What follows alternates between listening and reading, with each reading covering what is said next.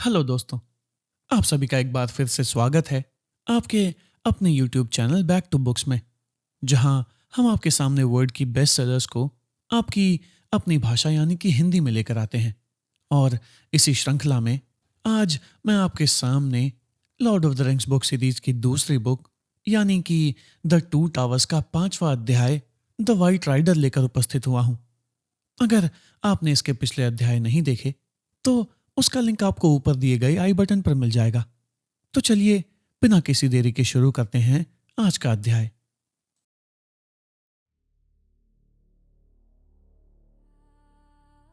भाग 3, अध्याय 5, the white rider.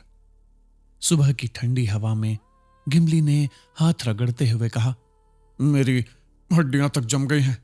चलो फिर से निशान ढूंढें और उस अजीब बूढ़े का भी ध्यान रखना। लेगोलास ने पूछा, बूढ़े के पश्चिम देखकर तुम खुश क्यों होगे? गिमली ने उत्तर दिया, क्योंकि तब वह कोई छाया नहीं बल्कि बस एक साधारण इंसान होगा। अरागोन चुपचाप जमीन पर झुककर घास और राख को देख रहा था। वह धीरे धीरे युद्ध भूमि की ओर वापस बढ़ा। अचानक वह झुक गया। यहां कुछ मिला है। उसने एक मुरझाया हुआ सुनहरा पत्ता उठाया, लॉथलोरियन का मार्लोन पत्ता, और उस पर पड़े छोटे छोटे टुकड़े दिखाए। पास ही कटे हुए रस्से और एक टेढ़ा मेढ़ा और चाकू मिला। लेगोलास ने हैरानी से कहा, कैदी भाग निकला और फिर खुले मैदान में रुककर रस्सी काटी और सुकून से खाना भी खाया। ये तो केवल हॉबिट ही कर सकते हैं। एरागोन धीमे से मुस्कुराया। कुछ निशान बताते हैं कि हथियार गिरा हुआ और घोड़े वालों द्वारा मारा गया था, और हमारा कोई साथी इन रस्सों से मुक्त हुआ, कुछ खाया और फिर थक कर आगे रेंगता हुआ जंगल में घुस गया। शायद दोनों, मैरी और पेपन, साथ थे, लेकिन यह निश्चित तो नहीं। गिमली ने पूछा, हाथ कैसे खुले? एरागोन ने उत्तर दिया, शायद किसी और ने उन्हें अपने स्वार्थ के लिए अलग ले जाने की कोशिश की होगी।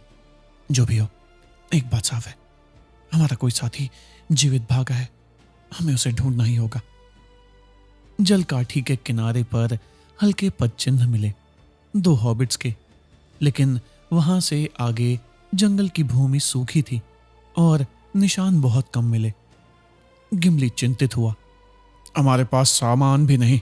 अगर हम उन्हें न ढूंढ पाए तो बस साथ बैठकर भूखे मर सकेंगे।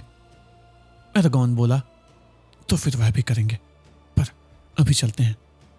वे एक ऊंची चट्टान के किनारे पहुंचे, वही जगह जहां मैरी और पेपन खड़े हुए होंगे। लेगोलास कुछ दूर तक घने पेड़ों को देखता रहा, हवा को सुनता रहा। जंगल बुरा नहीं लगता, पर यह जागा हुआ है, नाराज है। गिमली ने कहा, मैंने इसका कुछ बिगाड़ा भी नहीं। लेगोलास ने कहा, पर इस पर बीती बहुत चोटें हैं, अंदर कुछ होने वाला है। हवा भारी है। अंत में तीनों एक साथ जंगल के भीतर गए। वे धार के साथ साथ चलते रहे और वही जगह मिली जहां हॉबिट्स ने पानी पिया था। निशान 2 दिन पुराने थे। तीनों धीरे धीरे ट्रीबियर्ड की पहाड़ी के पास पहुंचे। लेगोलास ने सुझाव दिया, ऊपर चलकर देखें, शायद हवा साफ लगे। वे ऊपर चढ़े, पर वहां से रास्ता समझ नहीं आ रहा था। लेगोलास ने कहा, अगर हम नदी छोड़कर पश्चिम मुड़ जाते तो सब इस मुसीबत से बच सकते थे। गिमली ने तुनक कर कहा, हम फेंगोन में ही आना नहीं चाहते थे। उसी समय लेगोलास ने अचानक फुसफुसाया, रुको, नीचे पेड़ों के बीच कुछ हिल रहा है, चुप रहो। यह क्षण वह है जब वे पहली बार किसी अप्रत्याशित व्यक्ति की उपस्थिति महसूस करते हैं, जिसे कहानी में आगे जाकर सफेद सवार यानी कि द वाइट राइडर के नाम से जाना जाता है। लेगोलास ने नीचे जंगल की ओर इशारा किया, वो देखो, पेड़ के बीच से कोई चल रहा है। गिमली ने आंखें मिचमिचाई। हाँ, अब दिखा, देखो एरागोन, वही बूढ़ा आदमी, मैले से भूरे कपड़े इसलिए पहले नहीं दिखा। एक झुकी हुई देह धीरे धीरे चट्टान के नीचे से गुजर रही थी, हाथ में मोटा सा डंडा, सिर झुका हुआ, और तीनों ऊपर चट्टान पर खड़े चुपचाप सतर्क। कोई साधारण बूढ़ा होता तो वे स्वागत करते, पर यहां हवा में ही अजीब सी बेचैनी थी, जैसे कोई छुपी ताकत पास आ रही हो। गिमली बुदबुदाया, लेगोलास, धनुष तानो, ये सारूमान है, इसे बोलने मत देना। एल्फ ने धनुष उठाया, पर जैसे कोई अदृश्य इच्छा उसे रोक रही हो। उसने बस तान कर पकड़ा ही था, तीर नहीं चढ़ाया। एरागॉन ने धीरे से कहा, हम किसी बूढ़े को बिना चुनौती के नहीं मार सकते। देखो और प्रतीक्षा करो। बूढ़ा तेज कदमों से चढ़ता हुआ पथरीली सीढ़ियों तक आया और ऊपर देखने लगा। उसकी टोपी की छाया में उसका चेहरा छुपा था, सिर्फ नाक और धूसर दाढ़ी दिख रही थी। एरागॉन को लगा कि भीतर से तेज नुकीली आंखें चमक रही हैं। नर्म पर साफ आवाज गूंजी, अच्छी मुलाकात दोस्तों, मैं तुमसे बात करना चाहता हूं। तुम नीचे आओगे या मैं ऊपर आऊं? बिना जवाब की प्रतीक्षा किए वह ऊपर चढ़ने लगा। गिमली ने कहा, अब उसे रोक दो लेगोलास।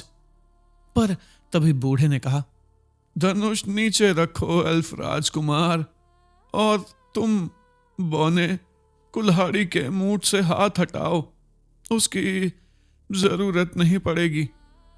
जैसे कोई जादू टूट गया हो। लेगोलास के हाथ से धनुष फिसल गया। गिमली जड़ हो गया। बूढ़ा फुर्ती से ऊपर आ पहुंचा। एक क्षण को उसकी धूसर चादर के भीतर से सफेद चमक सी दिखी। वह पास आकर झुका, डंडे पर टिकते हुए। तो एक इंसान, एक एल्फ और एक बौना, सब एल्विश ढंग से सजे हुए, यहां क्या कर रहे हो? कौन सी कहानी छुपाए बैठे हो? एरागॉन ने संयत स्वर में कहा, आप जंगल को अच्छी तरह से जानते पड़ते हैं। आप कौन हैं? बूढ़ा हल्का सा हंसा। एक ठंडी सी लहर तीनों के भीतर दौड़ गई, पर वह डर से ज्यादा किसी तेज जागने वाली हवा जैसा एहसास था। मेरा नाम तुमने पहले भी सुना है, पर पहले तुम अपनी कथा क्यों नहीं कहते? तुम्हारा काम इतना ज्यादा जरूरी अब नहीं रहा जितना तुम समझ रहे हो। बैठकर बातें करें। वह पत्थर के ढेर की ओर जाकर बैठ गया। जैसे ही वह दूर हुआ, तीनों पर मानो जकड़न टूटी। गिमली ने कुल्हाड़ी पकड़ ली, एरागॉन ने तलवार खींच ली, लेगोलास ने धनुष उठा लिया। बूढ़े की चादर थोड़ी हट गई, अंदर तक सफेद वस्त्र थे। सारूमान! गिमली दहाड़ा और छलांग लगाकर आगे बढ़ा। बोल, हमारे दोस्तों को कहां छुपाया है? पर बूढ़ा बिजली की तरह उछला, ऊंचे पत्थर पर चढ़ गया। उसने डंडा उठाया। गिमली की कुल्हाड़ी हाथ से उड़कर नीचे जा गिरी। एरागॉन की तलवार तेज लौ की तरह चमकने लगी। लेगोलास का तीर हवा में निकलकर चिंगारी बन गया। मित्रांधेर! लेगोलास चिल्लाया। अब वे साफ देख पाए। सिर पर चांदी सी सफेद लटें, बिल्कुल सफेद चमकदार वस्त्र, आंखों में सूरज सा तेज। पुराना दोस्त पर बदला हुआ। एरागॉन फुसफुसाया, गैंडाल्फ, तुम सच में वापस आ गए। गिमली घुटनों के बल बैठ गया। वह मुस्कुराया, मुझे कभी गैंडाल्फ कहा जाता था, और तुम मुझे अभी भी यही कह सकते हो। उठो गिमली, तुम्हारे हथियार से मुझे कोई चोट नहीं पहुंच सकती। खुश हो जाओ, हम फिर मिले हैं। तूफान आने वाला है, पर ज्वार हमारे पक्ष में मुड़ चुका है। उसने धूसर चादर फिर ओढ़ ली, जैसे तेज धूप बादल में छुप जाए। एरागॉन ने सांस संभाल कर पूछा, बहुत कुछ बदल गया है गैंडाल्फ, लेकिन पहले ये बताओ, क्या तुमने हॉबिट्स को देखा है? क्या वे सुरक्षित हैं?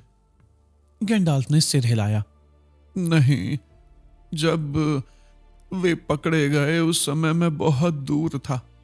एमिन मुएल की घाटी अंधेरी थी। मुझे उनकी कैद का पता भी नहीं चला जब तक चील ने खबर नहीं दी। लेगोलास चौंका। चील? मैंने कुछ दिन पहले आसमान में उसे देखा था, गैंडाल्फ ने कहा। हाँ, वही ग्वाइहर था जिसने मुझे और थैंक्स से निकाला। मैंने उसे नदी की ओर निगरानी के लिए भेजा। उसकी नजर बहुत दूर तक देखती है, पर हर चीज नहीं। कुछ बातें उसने देखी, कुछ मैंने महसूस की। फिर वह गहरी आवाज में बोला, अंगूठी अब हमारे हाथ से बहुत आगे निकल चुकी है। लगभग दुश्मन की नजर में आ ही गई थी, पर छूट गई। उसमें थोड़ा मेरा भी हाथ था। मैंने ऊंचे स्थान से किले की छाया से टक्कर ली और बादल पीछे हट गए। उसके बाद मैं थक कर बहुत देर तक अंधेरे विचारों में भटकता रहा। गिमली बेचैन हो उठा। तो तुम फ्रोडो के बारे में जानते हो? वह कैसा है? गैंडाल्फ ने कहा। इतना जानता हूं कि वह एक बड़े संकट से बचा, पर आगे कई बड़े खतरे हैं। उसने खुद तय किया कि वह अकेले मॉर्डोर जाएगा और वह चल पड़ा। लेगोलास ने कहा, शायद अकेला नहीं, हमको लगता है कि सैम उसके साथ है। गैंडाल्फ की आंखों में चमक आ गई। सच? यह खबर अच्छी है। यह तो मुझे भी नहीं पता थी, पर मुझे अचरज नहीं। इससे मेरा मन हल्का हो गया। अब तुम लोग अपनी यात्रा की पूरी कथा सुनाओ। तीनों जमीन पर बैठ गए और एरागोन ने ब्री से लेकर मोरिया, लॉथलोरियन, रोहान और बोरोमीर की मृत्यु तक सब विस्तार से सुना दिया। गैंडाल्फ लंबे समय तक बस सुनता ही रहा, आंखें बंद, हाथ घुटनों पर टिके। जब बोरोमीर की मृत्यु और हॉबिट्स के अपहरण की बात आई तो गैंडाल्फ ने धीरे से कहा, तुमने सब नहीं कहा एरागोन। मैं उसकी पूरी परीक्षा नहीं देख पाया, पर इतना जानता हूं कि यह उसके लिए कठिन क्षण था। फिर भी आखिर में उसने सही चुनाव किया और इन छोटे हॉबिट्स का वहां होना व्यर्थ नहीं था। उन्होंने पहाड़ की ढलान से गिरते छोटे पत्थरों की तरह एक बड़ी भूस्खलन की शुरुआत कर दी, जिसकी गूंज अभी तुम सुन नहीं पा रहे हो। एरागोन ने मुस्कुराकर कहा, एक बात नहीं बदली, तुम आज भी पहेलियों में ही बातें करते हो गैंडाल्फ। गैंडाल्फ हंसा, पर इस बार गर्मजोशी से। बुजुर्ग लोग अक्सर खुद से बात करते हैं, लेकिन चलो साफ साफ कहूं तो बात यह है। वह कुछ देर चुप रहा, फिर बोला, दुश्मन को पता है कि अंगूठी बाहर है और उसे एक हॉबिट उठाकर ले जा रहा है। उसे हमारी टोली की संख्या और प्रकृति का अंदाजा है, पर हमारा असली उद्देश्य उसे नहीं पता। वह मानता है कि हम सब अंगूठी लेकर मिनास्टिरिथ जाने वाले हैं और वहीं से उस पर युद्ध छेड़ने वाले हैं, जैसा कि वह खुद करता। इसलिए वह सबसे ज्यादा उस दिशा को देख रहा है और वहां अपनी सेना झोंकने की तैयारी कर रहा है। उसके मन में यह विचार ही नहीं आता कि कोई अंगूठी को अपने लिए उपयोग न करके नष्ट भी करना चाह सकता है। यही हमारी किस्मत है और हमारी उम्मीद भी। युद्ध की आग उसने खुद समय से पहले भड़का दी है। अगर वह अपनी सारी शक्ति मॉर्डोर के दरवाजों की रखवाली में लगाता और अंगूठी की खोज में पूरी चतुराई से जुट जाता तो हमारी उम्मीद बहुत कम रह जाती। लेकिन अभी उसकी नजर दूर के तूफान पर है, अपने घर के दरवाजे पर नहीं। बहुत जल्दी ही उसकी सेना मिनास्टिरिथ पर बिजली की तरह टूट पड़ेगी। फिर वह चुप हो गया। तीन साथी अब समझ रहे थे कि गैंडाल्फ के लौटने का मतलब सिर्फ उनका बचना नहीं, बल्कि पूरे युद्ध का रुख बदलना भी हो सकता है। गैंडाल्फ ने धीमी साफ आवाज में कहा, दुश्मन को अब पता चल चुका है कि उसने जो फौजें हमें रोकने को भेजी थीं वे असफल रहीं। ना अंगूठी उसके हाथ लगी, ना कोई हॉबिट बंदी बनकर उनके किले तक पहुंचा। अगर वे सिर्फ 2 हॉबिट्स को पहचान कर और पकड़कर शत्रु टावर तक ले जाते तो हमारे लिए बहुत भारी मार होती, पर अभी तक वह असफल रहा है और इसमें सारुमान का भी हाथ है। गिमली गुर्राया। तो सारुमान दुगना गद्दार हुआ। बिल्कुल, गैंडाल्फ ने कहा। और यही बात सबसे चुभती है। उसने रोहान के लोगों को मिनाश टिरिथ से तोड़कर अपनी ओर खींचा और खुद अंगूठी पर भी नजर रखी। दोनों मिलकर हमें नुकसान पहुंचाना चाहते थे, पर हुआ एकदम उल्टा ही। उन्हीं की चालों ने मैरी और पिपिन को तेजी से फैंगॉर्न पहुंचा दिया, जहां वे शायद कभी ना आते। मॉर्डोर में खबर नहीं पहुंची कि मैदान पर क्या हुआ, पर डार्क लॉर्ड इतना जानता है कि 2 हॉबिट्स एमिन मुयल से पकड़े गए और आइजनगार्ड की दिशा में ले जाए गए। अब उसे आइजनगार्ड से भी डर है। अगर मिनाश टिरिथ गिर गया तो सारुमान की भी खैर नहीं। गिमली ने बुदबुदाते हुए कहा। काश दोनों दुश्मन आमने सामने होते और हम दूर खड़े तमाशा देखते। गैंडाल्फ मुस्कुराया। अगर वे खुलकर लड़ पड़े तो जो बचेगा वो और भी खतरनाक होगा, पर सारुमान बिना अंगूठी के मॉर्डोर का सामना नहीं कर सकता और अब उसे अंगूठी कभी नहीं मिलेगी। वह अनजान है कि उसके पैरों तले दूसरी आग भी जल रही है। उसने ट्रीबियर्ड को भुला दिया है। अरागोन ने हंसकर कहा। तुम फिर से खुद से बात करने लगे हो गैंडाल्फ। ट्रीबियर्ड हमारे लिए तो बस एक नाम है। 2 हॉबिट्स का फैंगॉर्न पहुंच जाना हमारे लिए बस लंबी थकाऊ दौड़ साबित हुआ है। गिमली ने बीच में पूछा। पहले यह तो बताओ, कल रात जो बूढ़ा हमने देखा था वो तुम थे या सारुमान? मैं तो तुम्हें दिखा ही नहीं, गैंडाल्फ ने कहा। तो जाहिर है वह सारुमान था। हम दोनों इतने मिलते जुलते दिखते हैं कि तुम्हारी कुल्हाड़ी मेरे सिर पर भी गिर सकती थी। माफी। गिमली हंस पड़ा। अच्छा हुआ कि वह तुम नहीं थे। लेगोलास अचानक बोला। हॉबिट्स की बात पर वापस आते हैं। तुमने कहा कि तुम्हें पता है वे कहाँ हैं।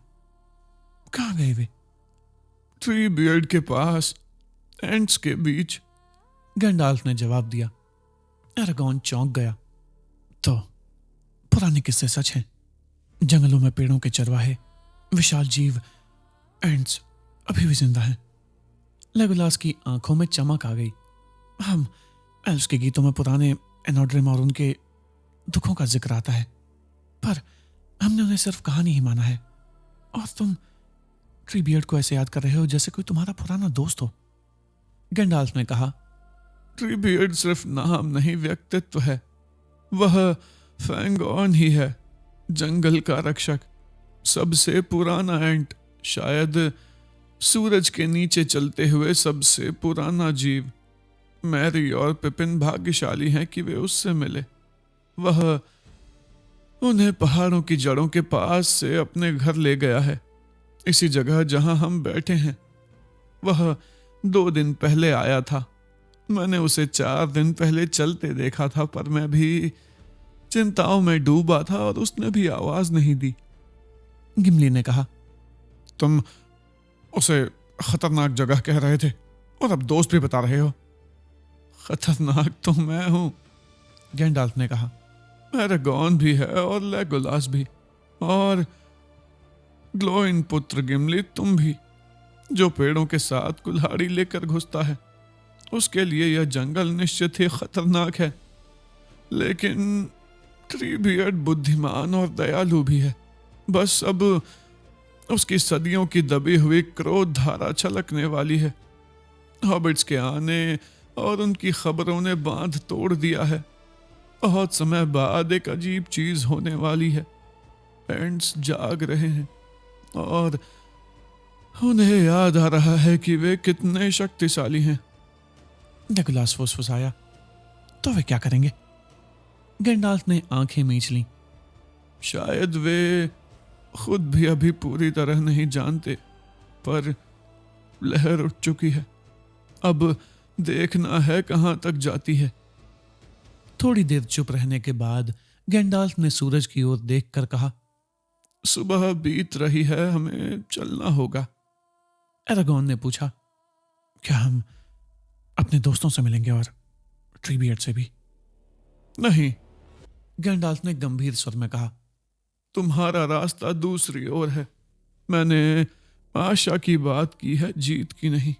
युद्ध सामने खड़ा है, ऐसा युद्ध जिसमें अंगूठी का उपयोग हमें जिता सकता है, पर उसी से हम सब कुछ खो भी सकते हैं। मैं गैंडाल्फ द वाइट हूं, लेकिन काली ताकत अभी भी भारी है। वह पूरब की ओर देखने लगा। अंगूठी अब हमारी पहुंच से बाहर है, यह अच्छा ही है। अब हम उसे इस्तेमाल करने के प्रलोभन से दूर हैं। अब हमें बिना उस सहारे के युद्ध का सामना करना होगा। फिर उसने एरागॉन की ओर मुड़कर कहा, एमिन मुएल की घाटी में तुमने संदेहों के बीच जो राह चुनी वह सही थी। अगर तुम लौट गए होते तो शायद हम देर से मिलते या कभी नहीं मिलते। अब तुम्हारा अगला कर्तव्य तय है। तुम्हें राजा थियोडेन से मिलना होगा। रोहान पर युद्ध टूट पड़ा है और उससे भी बुरी छाया उस पर बैठी है। उन पर बुरा समय है और वहां एंडरिल की रोशनी की जरूरत है। लेगोलास उदास हो गया। तो हम अभी मैरी और पिपिन से नहीं मिलेंगे? मैंने ऐसा नहीं कहा। गैंडाल्फ ने नरमी से उत्तर दिया। कौन क्या देखेगा यह कौन जानता है। तुम बस अपने रास्ते पर सच्चाई से चलो। उम्मीद रखो, मैं भी वहां जाऊंगा। एरागॉन ने चिंतित होते हुए कहा, पर इंसान के पैरों से एदरास तक पहुंचना आसान नहीं है। डर है कि जब हम वहां पहुंचेंगे सारी लड़ाई खत्म हो चुकी होगी। गैंडाल्फ हल्की मुस्कान के साथ बोला, देखेंगे। क्या तुम मेरे साथ चलोगे? हाँ, हम सब साथ निकलेंगे, एरागॉन ने कहा। हालांकि मुझे कोई संदेह नहीं कि अगर तुम चाहो तो मुझसे पहले पहुंच जाओ। वे आमने सामने खड़े हो गए। एक ओर एरागॉन समुद्र की धुंध से निकले किसी पुराने राजा जैसा, तलवार की मूठ पर हाथ, ऊंचा, शांत और कठोर। दूसरी ओर गैंडाल्फ, बुजुर्ग, झुकी कमर, पर भीतर से रोशनी से भरा, राजाओं की ताकत से बढ़कर शक्ति लिए हुए। एरागॉन धीरे से बोला, क्या मैं गलत कहता हूं गैंडाल्फ? तुम जहां चाहो हमसे पहले पहुंच सकते हो, और यह भी सच है तुम ही हमारे सेनापति और हमारा ध्वज हो। डार्क लॉर्ड के पास तो 9 सवार हैं, पर हमारे पास एक है, उनसे भी बड़ा सफेद सवार। वह आग और अंधेरी की खाई से लौट चुका है और वे उससे डरेंगे। हम वहीं जाएंगे जहां तुम ले चलो। लेगोलास ने सिर झुकाकर कहा, हाँ, हम तुम्हारे साथ चलेंगे, पर एक इच्छा है। अगर समय हो तो हमें मोरिया में तुम्हारे साथ क्या हुआ वह सुनना अच्छा लगेगा। गैंडाल्फ ने दूर कहीं देखते हुए कहा, कहानी लंबी है और समय कम। अभी नहीं, पहले चलें। युद्ध इंतजार नहीं करता। गिमली ने बेकरारी से कहा, समय कम है, लेकिन जितना हो सके उतना तो बताओ गैंडाल्फ, बैलरॉक के साथ क्या हुआ था? गैंडाल्फ के चेहरे पर एक परछाई सी आ गई। उसका नाम मत लो, उसने थके स्वर में कहा। फिर कुछ देर बाद जैसे किसी दूर की याद को पकड़ते हुए बोला, मैं बहुत देर तक गिरता रहा, और वह भी मेरे साथ गिरता रहा। आग चारों ओर थी, फिर हम अंधी गहराई के काले पानी में गिरे। बर्फ जैसा ठंडा, मौत जैसा सन्नाटा, दिल तक जम जाए ऐसी ठंड। गिमली बुदबुदाया, ड्यूरन के पुल के नीचे की खाई बहुत गहरी है, किसी ने नापी नहीं, पर उसका तला भी है। गैंडाल्फ बोला, रोशनी और ज्ञान से बहुत नीचे। वहां हम फिर लिपट गए। अब वो आग नहीं, गाढ़े कीचड़ जैसा था, फिर भी इतना ताकतवर कि सांप की तरह गला घोंट दे। हम धरती के नीचे बहुत भीतर तक लड़ते रहे, जहां समय की गिनती नहीं होती। आखिर वह अंधेरी सुरंगों में भाग गया और मैं उसका पीछा करता रहा, जब तक मुझे वह फिर खजार डूम की छुपी सीढ़ियों तक न ले आया। उस अंतहीन सीढ़ी तक जिसके बारे में तुमने बस दंत कथाएं सुनी हैं। वह ऊपर की ओर हाथ से इशारा करके बोला।